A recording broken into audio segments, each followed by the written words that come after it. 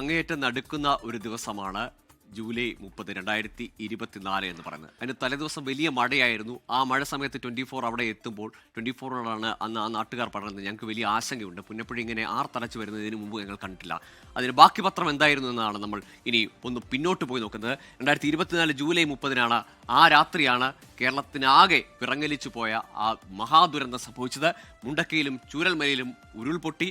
ആ പ്രദേശത്തെ ആകെ വീടുകൾ, പള്ളികൾ, കൃഷിയിടങ്ങൾ, ജീവനോപാധികൾ, മൃഗങ്ങൾ, വളർത്തുമൃഗങ്ങൾ, കടകൾ, അങ്ങനെ സകലതും പാലമടക്കം എല്ലാം ഒലിച്ചുപോയ ഒരു നാടിനെയാണ് പിറ്റേ ദിവസം രാവിലെ നമ്മൾ കാണുന്നത്.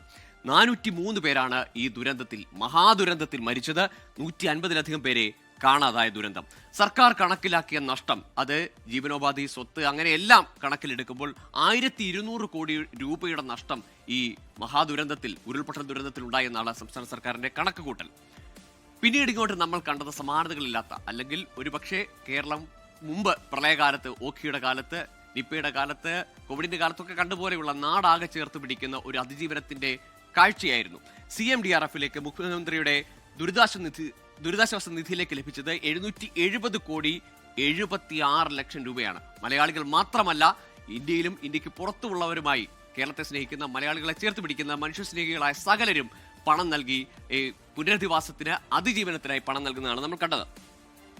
ഇനി ടൗൺഷിപ്പ് നിർമ്മാണം എന്നതിലേക്കാണ് ആദ്യം തന്നെ പോയത്. സർക്കാർ ഉദ്ദേശിച്ചത് അവിടെ ചിതറിത്തെറിച്ചു പോയ മനുഷ്യരെ ഒരുമിപ്പിച്ച് തന്നെ അവരുടെ ഒരു നാട് റീക്രിയേറ്റ് ചെയ്യുക എന്ന് തന്നെയാണ് സർക്കാർ മുന്നോട്ട് വെച്ചത്. 2025 മാർച്ച് 27 മുഖ്യമന്ത്രി ഈ ടൗൺഷിപ്പിന് തറക്കല്ലിടുന്നത്. ഭൂമി ഏറ്റെടുക്കുന്നതിന് ചെലവായി കരുതിയത് 48.5 കോടി രൂപയാണ്. നമുക്ക് ആ ഭൂമി ഏറ്റെടുപ്പിന്റെ കാര്യം പറഞ്ഞാൽ തന്നെ അതിൽ ആദ്യഘട്ടത്തിലൊക്കെ നിയമപ്രശ്നങ്ങൾ ഉണ്ടായിരുന്നു. അതിനെല്ലാം മറികടന്നുകൊണ്ടാണ് എൽസ്റ്റൺ എസ്റ്റേറ്റിൽ ഭൂമി കണ്ടെത്തിയത്. നിർമ്മാണ ചുമതല ഏൽപ്പിച്ചത് ഊരാളുങ്കൽ ലേബർ കോൺട്രാക്ട് സൊസൈറ്റിക്കാണ്, ULCCSനായിരുന്നു.